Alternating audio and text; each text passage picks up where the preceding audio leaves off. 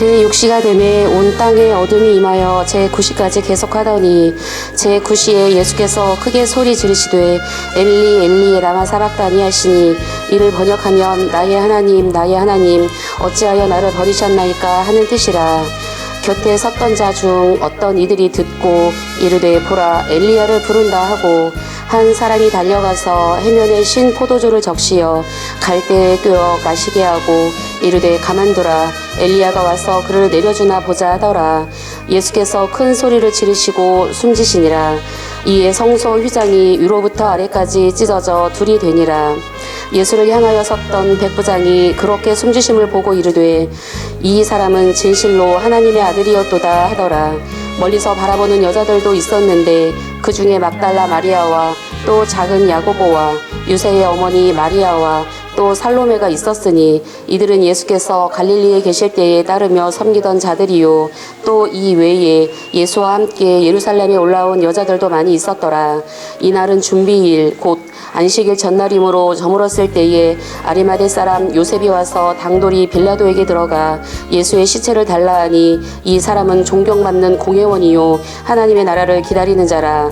빌라도는 예수께서 벌써 죽었을까 하고 이상히 여겨 백부장을 불러 죽은 지가 오래냐 묻고 백부장에게 알아본 후에 요셉에게 시체를 내주신지라. 요셉이 세마포를 사서 예수를 내려다가 그것으로 싸서 바위 속에 판 무덤에 넣고 두고 돌을 굴려 무덤 문에 놓음에 막달라 마리아와 요새의 어머니 마리아가 예수 둔 곳을 보더라. 기도하시겠습니다. 영광과 찬송과 예배를 받으시기에 합당하신 하나님 아버지, 찬양과 영광을 주님께 드리옵나이다. 오늘 왕으로 입성하신 예수 그리스도를 기억하면서 종려주의 예배로 지켜 드리오니 주님 영광 받아 주시옵소서. 나귀 새끼를 타시고 입성하신 왕 되신 주님을 기억하며 죄로 말미암아 죽을 수밖에 없는 저희들을 주님을 섬길 수 있는 겸손함을 허락하여 주시옵소서. 고난의 십자가를 지시기 위해서 예루살렘에 입성하신 것을 생각할 때 가슴이 아프지만은 그 십자가에서 죽음을 이기시고 승리하셨기에 저희들에게는 재상이 있고 영생이 있음을 감사드리옵나이다. 주님, 오늘 이 시간을 통해서 예수님의 십자가 죽음이 중요한 이유를 깊이 생각해보는 은혜의 시간이 되기를 원하오며 예수님의 이름으로 기도드리옵나이다. 아멘. 우리 기독교에서 가장 중요한 것은 예수 그리스도의 죽음인 것입니다. 예수님께서는 살아서 하신 일보다 훨씬 더 크고 중요한 일을 죽음으로 하셨던 것입니다. 예수님의 죽음이 중요한 이유는 하나님의 아들이 사람을 대신해서 죽으셨다는 사실인 것입니다. 하나님의 아들이 사람을 대신해 죽으신 이 죽음은 영원한 현재인 것입니다. 예수님의 죽으심은 과거 어느 한 시점에 예루살렘에서 일어난 일로 그치는 것이 아니라 지금도 우리가 살고 죽는 일에 영향을 미치는 영원한 현재라는 것입니다. 우리는 예수님의 십자가 사건을 대할 때마다 마치 예수님께서 지금 우리 눈앞에서 십자가에 죽으시는 것처럼 생생하게 느끼게 되는 것입니다. 예수님의 죽으심의 중요한 의미는 하나님의 아들이 인간에 의해서 죄인으로 몰려 십자가 처형을 당한 것입니다.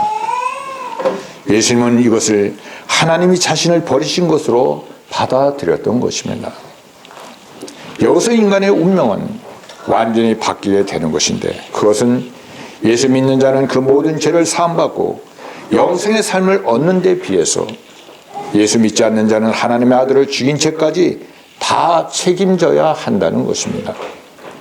예수 믿지 않는 자는 자신의 죄를 다 책임져야 하는 것은 물론이고 하나님의 아들을 죽게 한 책임까지 지고 영원한 멸망의 심판을 받게 되는 것입니다. 우리는 예배 때 사도신경을 외울 때마다 본디오 빌라도에게 고난을 받으사 십자가에 못 박혀 죽으시고를 우리는 항상 암송하고 있습니다. 아마 빌라도 본인이 듣는다면 이제는 너무 지겨우니까 제발 그만 좀 해라고 할지도 모를 것입니다. 그러나 사도신경에서 계속 본디오 빌라도에게 고난을 받아를 암소하는 그 이유는 이것이 역사적 사실이기 때문인 것입니다. 더욱이 빌라도의 재판이 엄청나게 중요한 것은 죄 많은 인간이 하나님의 아들을 마음대로 유죄로 판결을 내리고 사형을 집행했다는 사실인 것입니다. 이 재판은 하나님의 아들을 죽인 재판인 것입니다. 더 중요한 것은 로마 총독이 완전히 유대인들의 농간에 넘어가 말도 되지 않는 재판을 유대인들이 해달라고 하는 대로 다 해주어서 죄 없는 사람을 죽인 재판이었던 것입니다.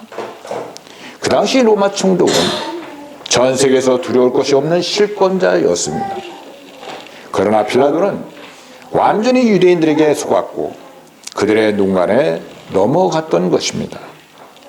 다른 한편으로 보면 로마인들이 세계에서 가장 똑똑하다고 하면서도 이렇게 바보스러울 수가 있다는 것을 또한 보여주는 사건이었던 것입니다. 먼저 대제사장들과 서기관들과 장로들은 새벽에 사내들인 공회를 열어 예수님을 죽이기로 결정하고 로마 총독 빌라도에게 넘겨주었던 것입니다. 왜냐하면 유대인들에게는 사람을 사형시킬 수 있는 권한이 없었기 때문이었던 것입니다. 보통 때 로마 총독은 예루살렘에 있지 않고 가이사랴에 있는데 6월절에는 예루살렘에 많은 유대인들이 몰려들었기 때문에 빌라도는 로마 군인들을 데리고 예루살렘에 올라와 있었던 것입니다. 그래서 대제사장과 서기관들은 예수님을 쉽게 로마 총독에게 넘겨줄 수가 있었던 것입니다. 보통 때는 이런 일이 있으면 로마 총독은 제수를 구금해 두었다가 가이사랴로 압송해서 거기서 재판을 했던 것입니다. 우리가 잘 알다시피 사도 바울의 경우에는 그렇게 해서 사도 바울이 살게 되었던 것입니다. 그러나 이상하게도 이번에는 가이사랴에서 재판을 하지 않고 빌라도는 예루살렘에서 제수를 재판하겠다고 해서 법정을 열었던 것입니다. 이것 자체가 많은 유대인들이 보는 앞에서 빌라도는 자신을 과시해 보겠다는 생각이었던 것입니다.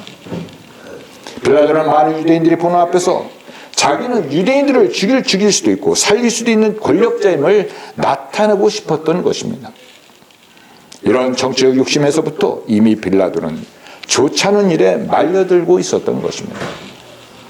빌라도의 임무는 유월절에 밀란이 일어나지 않게 경계하는 것이며 결코 자기 인기를 위해서 이런 재판을 해서는 안 되는 것이었습니다. 이번에 이런 재판까지 하는 것은 지나친 이름으로 유월절이 지난 후에 가이사랴에 가서 재판을 하겠다고 했으면 하나님의 아들을 채용하는 악명에서 빌라도가 벗어날 수 있었던 것입니다.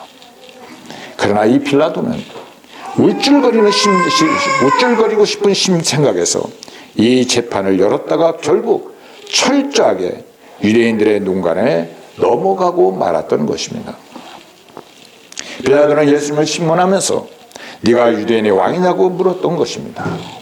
이것은 대제사장들과 서기관들이 예수님을 로마에 대한 반역죄로 고소했기 때문이었던 것입니다. 이때 예수님께서는 네 말이 옳다고 대답을 하셨던 것입니다. 사실 예수님은 지금 빌라도의 법정에서 몰려와 예수를 처형하라고 소리치는 그 유대인들의 왕이 아니셨습니다. 그런 의미에서 본다면 예수님은 나는 유대인들이 왕이 아니다라고 대답하는 것이 옳았을 것입니다.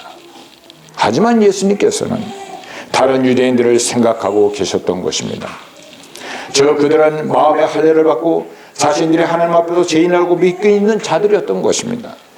그런 의미에서 예수님께서는 우리들의 왕이신 것입니다. 옛날에는 왕이 죽으면 백성들은 다 죽은 것으로 생각을 했던 것입니다. 예수님은 우리 믿는 자 전체를 대신해 죽으려고 하시는 것이었습니다.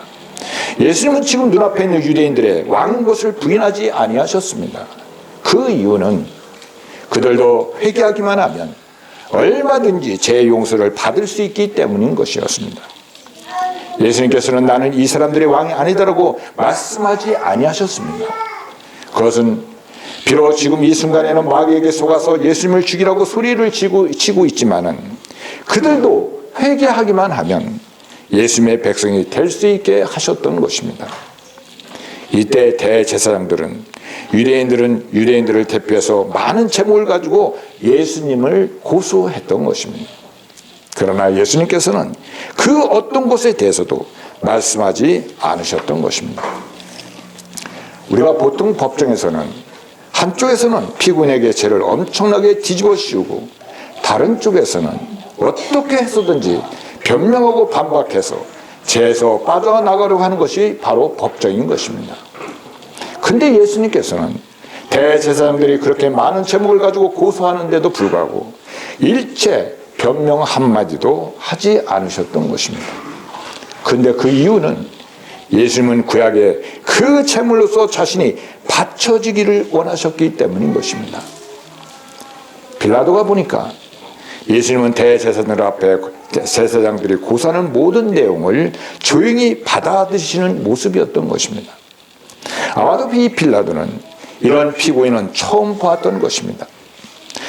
재판장에서 모든 피고인은 소리를 지르고 악을 쓰면서 자기는 죄가 하나도 없는데 억울하게 끌려와 재판을 당한다고 변명을 하는 것입니다. 그러나 예수님께서는 그 많은 제목을 하나도 반박하지 아니하셨던 것입니다. 예수님은 우리의 그 많은 죄 때문에 심판을 받으시기 때문인 것입니다. 성경의 빌라도는 예수님의 이 당당한 모습을 아주 놀랍게 생각했다고 말하고 있습니다.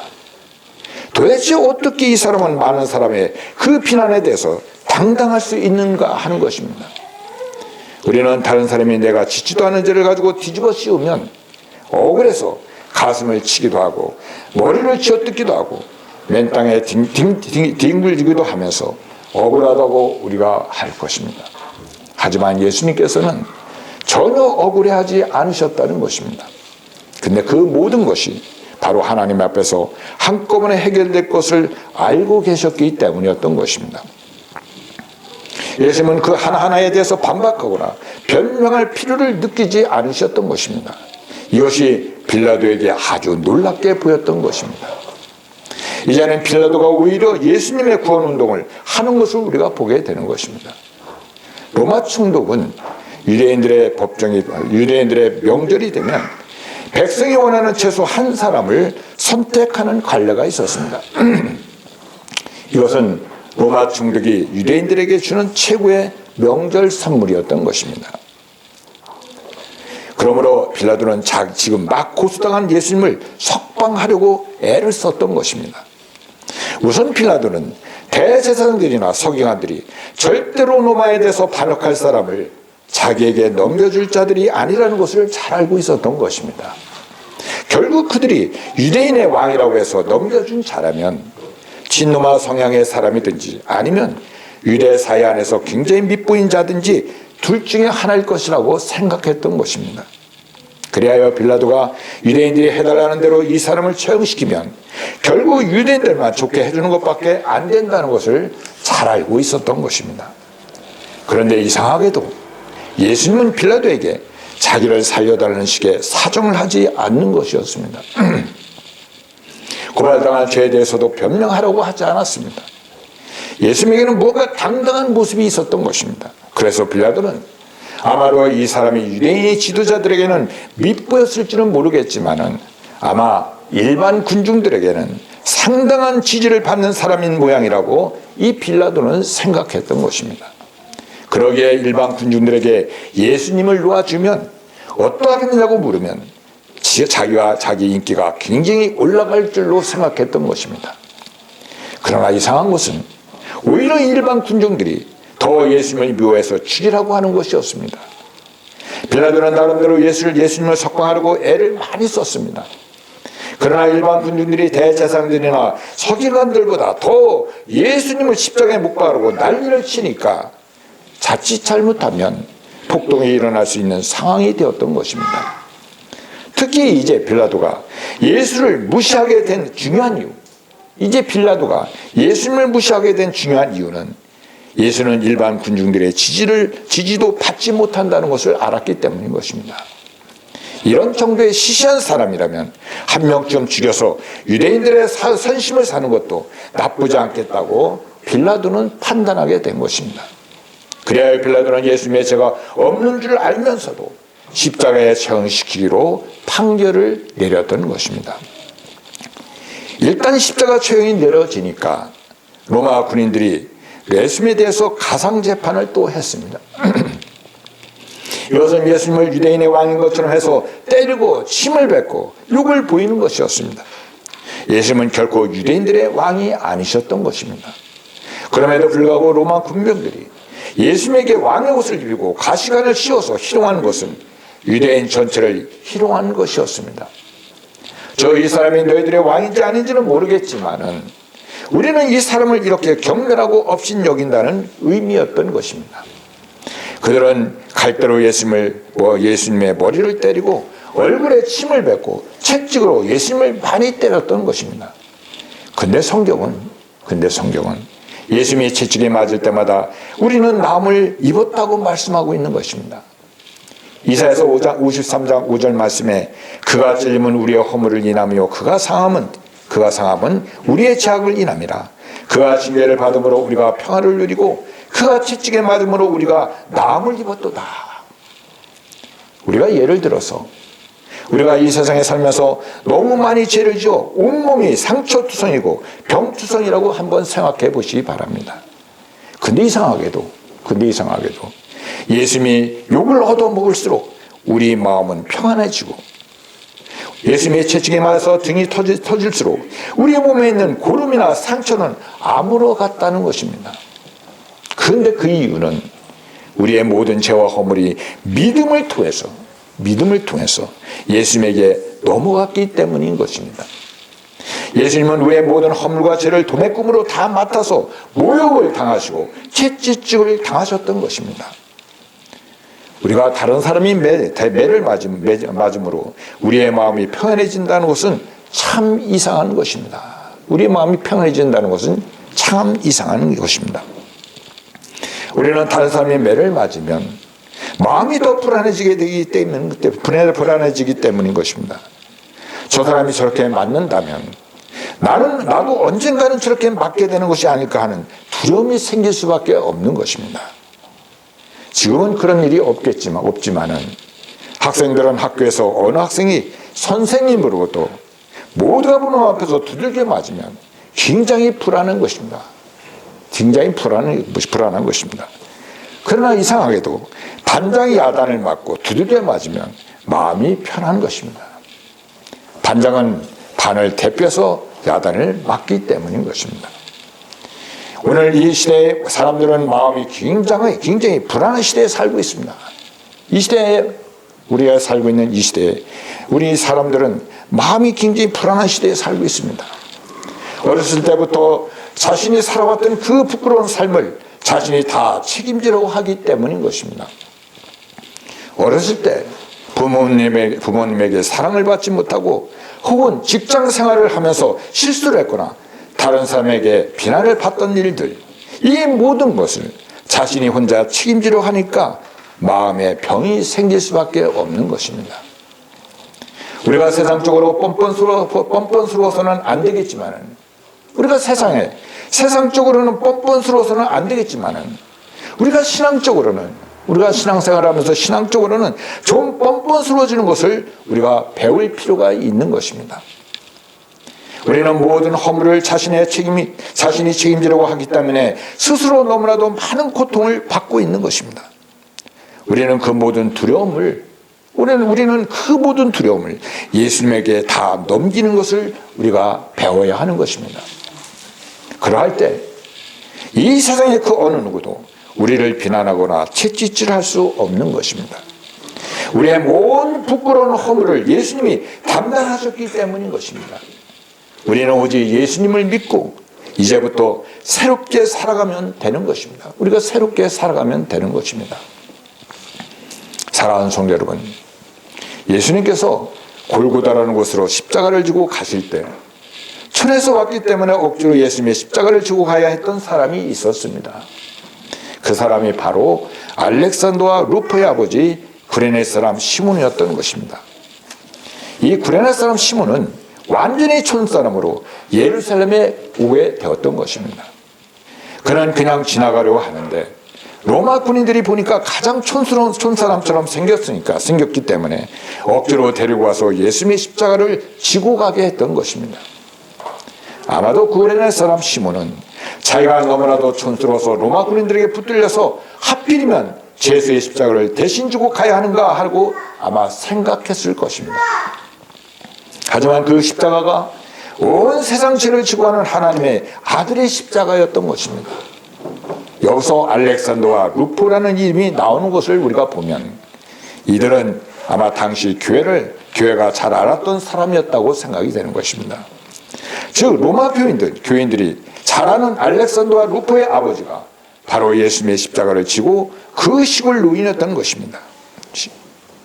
그리스도인 중에서 최고의 영광이라면 우리가 아마 예수님의 십자가를 대신 지고 가는 일이라고 생각이 됩니다. 아마 우리 교인들 중에서 예수님의 십자가를 지고 갈 사람 자원하려고 한다면 아마 엄청나게 자원할 것입니다. 그러고는 자신이 예수님의 십자가를 지고 간 장본이라고 나중에 두고도 자랑을 할 것입니다.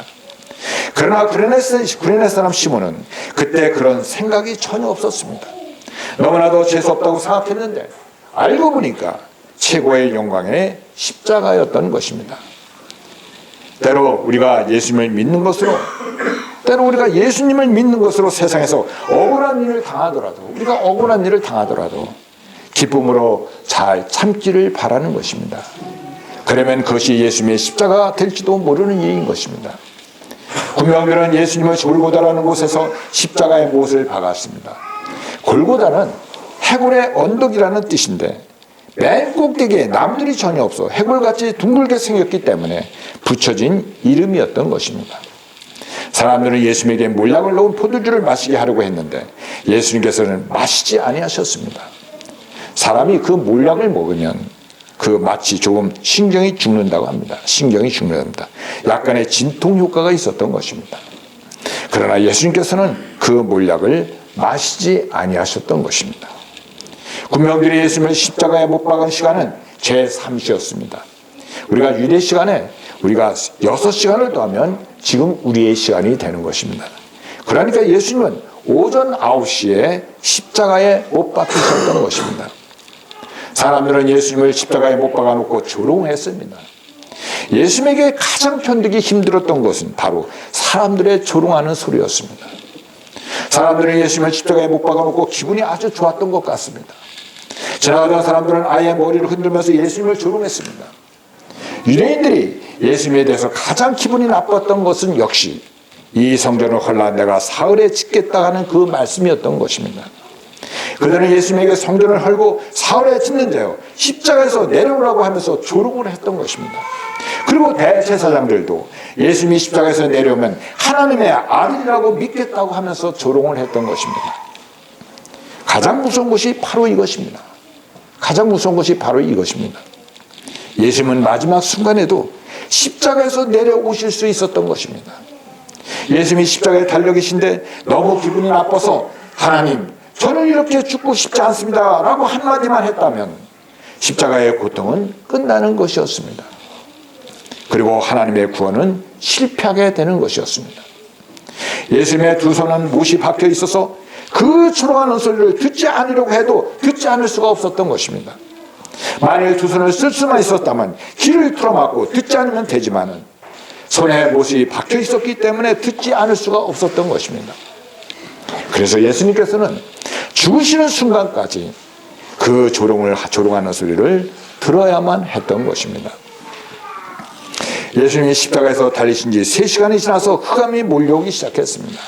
오늘 33절 말씀에 보면 제6시가 되매 온 땅에 어둠이 임하여 제9시까지 계속하더니 제6시는 우리 시간으로 12시를 말합니다. 12시인데 낮 12시는 해가 가장 뜨거운 때인데 갑자기 어둠이 밀려왔던 것입니다. 3시간이 가량 어둠이 계속되었는데 우리 시간으로 오후 3시까지 온 세상이 캄캄했습니다. 12시부터 3시까지 오후 3시까지 온 세상이 캄캄해졌던 것입니다. 어느 정도 캄캄했는가 하면 횃불을 켜야 할 정도로 세상이 아주 캄캄해졌던 것입니다. 어떤 사람은 갑자기 세상이 캄캄해진 것에 대해서 일식현상이었다고도 하기도 하고, 어떤 사람은 갑자기 심한 먹거름이 몰려왔다고도 이렇게 말하기도 했습니다. 근데 이것은 하나님의 초자연적인 능력으로 태양이 어두워진 것입니다. 하나님은 인간의 교만과 죄악에 대해서 참으셨던 모든 분노를 아들에게 다 나타내셨던 것입니다. 이때 예수님은 인간이 보지 못하는 어떤 것을 보셨던 것으로 생각이 됩니다.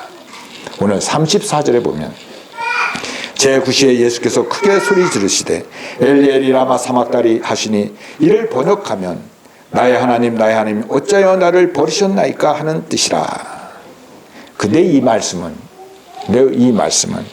우리가 인간적으로 생각하면 예수님이 어떻게 해서 이렇게 고통스러운 십자가에 죽도록 내버리셨습니까 하면서 원망하는 말씀으로 우리가 생각할 수 있습니다. 하나님을 원망하는 것으로 이렇게 생각할 수 있습니다. 근데 이것은 결코 예수님이 하나님을 원망하는 말씀이 아닌 것입니다. 아마도 예수님께서는 우리 눈에는 보이지 않는 어떤 것을 아마 보셨던 것으로 생각이 되는 것입니다. 즉 하나님 보좌 앞에서 예수님을 버리는 결정을 하신 것 같습니다. 하나님 보좌 앞에서 예수님을 버리는 결정을 하였던 것입니다. 하나님께서 예수님에게 너는 죄인으로서 이제 저주의 심판을 받으라. 너는 죄인으로서 이제 저주의 심판을 받으라는 결정을 내리셨던 것입니다. 그래서 예수님께서 그 하나님께 어찌하여 나를 버리십니까? 라는 말씀을 드리는 것입니다. 다른 한편으로 이것은 굉장한 말씀인 것입니다. 다른 한편으로는 이것은 엄청난 말씀인 것입니다. 예수님은 결국 십자가의 죽음이 대제사장이나 로마 총독이 내리는 죽음이라고 생각하지 않으셨던 것입니다. 예수님은 이 모든 것을 하나님이 내리시는 재판으로 생각하셨던 것입니다. 하나님이 예수님을 죄인의 대표로 버리시는 것이었습니다. 예수님을 죄인의 대표로 버리시는 것이었습니다. 어찌하여 나를 버리시나이까? 라는 이 말만 들으면, 우리가 이 말만 들으면 나는 도저히 이 결정을 받아들일 수 없습니다라고 원망하는 것 같지만은 실제로는 하나님이 버리시는 것을 받아들이겠습니다라는 뜻인 것입니다. 하나님이 버리시는 것으로 받아들이겠습니다. 하나님이 버리시는 것으로 받아들이겠습니다라는 뜻이 되는 것입니다. 십자가 옆에 있던 사람들 중에는 예수님이 엘리엘리 하시니까 엘리야가 와서 건져주는가 보다고 하면서 지켜보자는 사람들이 있었던 것입니다. 사람들 중에는 끝에 가서 엘리야가 예수님을 살리지 않을까 기대하기도 했던 것 같습니다. 그러나 예수님은 끝내 십자가 위에서 죽으셨던 것입니다. 사람들이 기대했던 기적은 십자가에서 일어나지 않았습니다. 기적은 일어나지 않았습니다. 그 대신에 성전에서 기적이 일어났습니다. 오늘 37절부터 38절에 보면 예수께서 큰 소리로 지르시고 웃음 지시니라. 이에 성소 휘장이 위로부터 아래까지 찢어져 둘이 되니라. 아멘. 유대인들은 자기들이 지은 성전은 어떤 일이 있어도 무너지지 않는다고 자신을 했습니다. 아주 자신을 하고 있었습니다. 그런데 예수님이 운명하시면서 성전 휘장이 위에서부터 아래로 찢어져서 두 조각이 났습니다. 하나님이 유대인의 성전을 찢으신 것입니다. 이제 이 유대인의 성전은 필요 없다. 이렇게 내가 찢어버리겠다고 해서 찢으신 것이었습니다. 하나님께서 찢으신 것이었습니다. 성전에서 가장 중요한 부분은 바로 휘장이었습니다. 우리가 성전에서 보면 가장 중요한 것이 휘장이었습니다. 휘장은 인간과 하나님을 가로막는 마지막 한계선이었습니다. 마지막 지성소로 들어가는 그 입구에 휘장이 있는데 그 휘장은 마지막 한계선, 인간과 하나님을 가로막는 마지막 한계선이었습니다. 이 한계선 안으로 오직 이스라엘의 대제사장만이 1년에 한 차례씩 피를 가지고 들어갈 수가 있었던 것입니다. 대제사장만이 1년에 한 번만 피를 가지고 들어갈 수 있는 것이었습니다. 이제 예수님이 지성소에 자신의 피를 가지고 들어가심으로써 휘장이 찢어져 버렸습니다. 이제 하나님과 인간을 가로막는 담은 없어지게 된 것입니다. 인간을 가로막는 그 담은 없어지게 되었던 것입니다. 이제 우리는 무한정 하나님 앞에 나가서 보좌 우편에 계신 대제사장을 통해서 마음껏 기도 응답과 성령 충만을 받을 수 있게 된 것입니다. 우리의 예배는, 지금 드리는 우리의 예배는 지성소에서 드리는 예배가 된 것입니다. 지금 우리가 지성소에서 드리는 예배가 되었던 것입니다. 결국 유대인들은 눈에 보이는 성전을 믿었는데 예수님께서는 그 성전을 찢고 하늘의 성전을 열어 놓으셨던 것입니다. 예수님이 죽으신 후에 십자가 밑에는 로마 백부장이 있었는데 그 백부장은 이 사형 집행을 책임지는 사람이었습니다.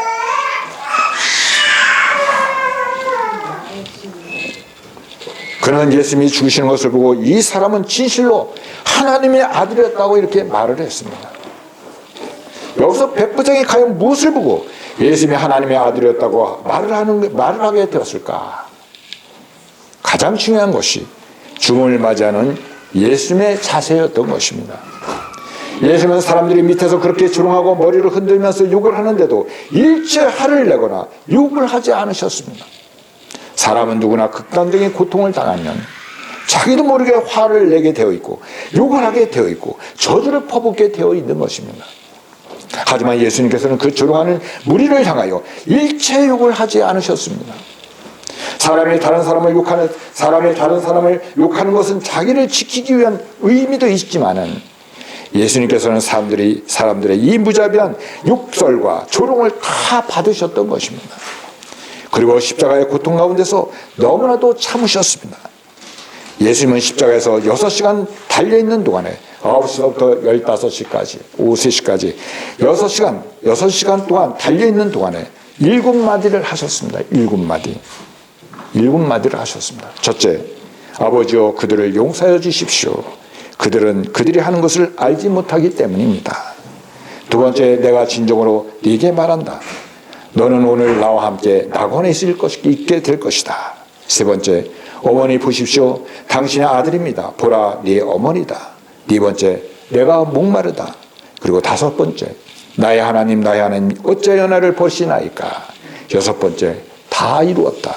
일곱 번째, 내 영혼을 아버지 손에 부탁하나이다라고 이렇게 말씀하시면서 돌아가신 것입니다. 그리고 백부장이 예수님이 하나님의 아들이었다고 말하게 된 또 하나의 증거는 이유를 알 수 없는 어둠이었던 것입니다. 이유를 알 수 없는 어둠이었습니다. 예수님께서 십자가에 못 박힌 시간이 오전 9시부터 오후 3시까지는 가장 날이 밝은 때였습니다. 그런데 이유도 알 수 없는 어둠이 10시부터 오후 3시까지 3시간 동안 어둠이 내리더니 햇불을 개할 정도로 날씨가 어두웠던 것입니다. 예수님이 운명하신 후에 다시 해가 나타났던 것입니다. 예수님이 그날에는 해가 어두워질 것이라고 예언을 하셨었는데 실제로 해가 빛을 잃어버렸던 것입니다. 아마도 백부장의 마음속에 우리가 너무나도 엄청난 짓을 저질렀다는 두려움이 임했을 것입니다. 하나님의 백부장의 마음속에 네가 지금 십자가에 처형한 자가 누구인지를 알기는 아느냐? 라는 엄청난 양심의 가책이 임했을 것입니다. 그래야 그는 우리는 하나님의 아들을 죽였다. 지금 엄청난 짓을 저지른 것이다. 라는 말을 할 수밖에 없었던 것입니다. 그런데 놀라운 것은 예수님이 운명하시는 그 순간까지도 여인들은 많이 남아 있었다는 것입니다. 이 중에서 항상 먼저 나오는 여자가 바로 막달라 마리아입니다. 막달라 마리아였습니다. 예수님을 믿는 여인들은 예수님이 죽으시는 그 순간까지도 달아나지 않고 그 자리를 지키고 있었던 것입니다. 그리고 예수님을 십자가에서 내리고 무덤에 장사 지냈을 때 그 무덤까지도 따라갔던 사람들인 것입니다. 이것이 바로 이스라엘 여인들의 신앙이었습니다. 이스라엘 여인의 신앙이었습니다. 결정적인 순간에 남자들은 겁을 집어먹고 달아나도 이스라엘의 믿음의 여인들은 달아나지 않았다는 것입니다. 제대로 하나님 만나고 은혜 받은 이스라엘 여인들은 절대로 배반하거나 달아나지 않았던 것입니다. 이것이 바로 이스라엘을 지켜온 정신이었던 것입니다. 예수님이 운명하신 시간은 오후 3시였습니다. 오후 3시에 예수님께서 운명하셨습니다. 대개 6시나 7시가 되면 해가 지는데 그때부터 유월절이 시작이 된 것입니다. 유월절이 시작이 된 것입니다. 시체를 유월절에 십자가에 매달아 놓는 것이 좋지 않기 때문에 아리마다 요셉이 빌라도를 찾아가서 시체를 내리게 해달라고 요구를 했습니다. 아마 그때 빌라도는 나름대로 유대인들에게 이용당한 것에 상당히 화가 나가 있었고 아무도 빌라도에게 가려고 하지 않았던 것입니다. 그러나 아리마다 요셉이 당당하게 빌라도에게 가서 시체를 달라고 하니까 빌라도는 그렇게 빨리 예수님이 죽은 것을 믿지를 못했던 것입니다. 그래서 빌라도는 백부장을 불러서 죽은 것을 확인을 했는데 이 과정에서 군병들은 예수님의 옆구리를 창으로 찔렀던 것입니다. 그래서 팔과 다리에서 흐른 피보다 더 많은 피가 옆구리에서 쏟아져 나오게 되었던 것입니다. 이것은 예수님의 사망을 확인하는 과정이었지만은 그분의 뼈가 꺾이지 않은 예언이 성취되었던 것입니다. 옆구리에서 흘러내린 그 물과 피가 우리 죄를 다 씻는 많은 양의 물과 피였던 것입니다. 그리고 예수님의 시체는 드디어 장사가 되었던 것입니다. 오늘 46절과 47절에 보면 요셉이 세마포를 사서 예수를 내려다가 그것으로 싸서 바위 속에 판무덤에 넣어두고 돌을 굴려 무덤문에 놓음에 막달라 마리아와 요셉의 어머니 마리아가 예수 둔 곳을 보더라. 아멘. 이제 사람으로서 할 수 있는 모든 일이 다 끝났습니다. 모든 일이 다 끝났습니다. 예수님은 하나님을 믿고 그 많은 수치와 고통을 당하시고 죽으셨던 것입니다. 군중들의 조롱소리도 이제 없어졌고 예수님의 살이 찢어지는 고통도 끝났습니다. 예수님은 자신의 모든 생명을 하나님께 맡기고 죽으셨던 것입니다. 우리는 예수님의 인생이라고 중요하지 않다고 생각해서는 안 되는 것입니다. 예수님도 이 세상에서 단 한 번 사셨고 얼마든지 행복하게 사실 권리가 있었던 것입니다. 또 예수님이라고 해서 육체가 우리와 달랐던 것도 아니었습니다. 같은 육체였습니다.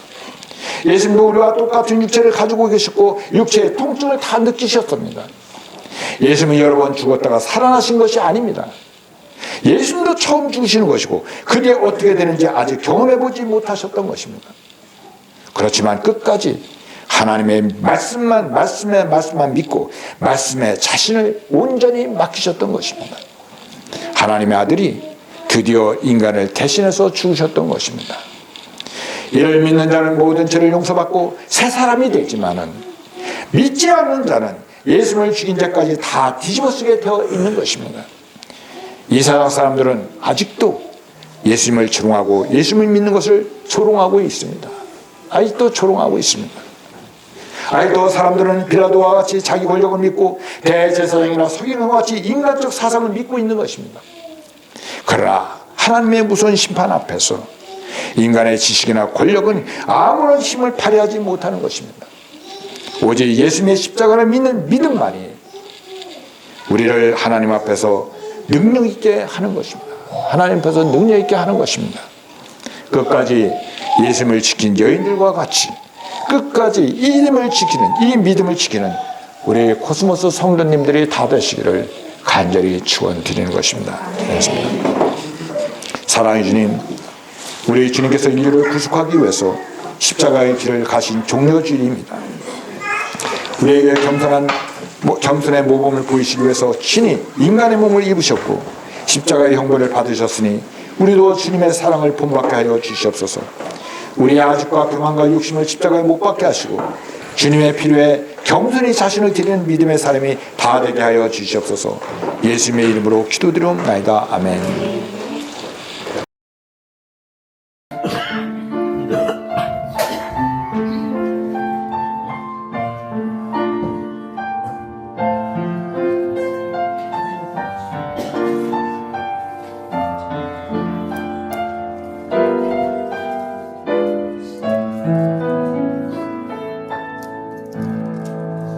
내 마음이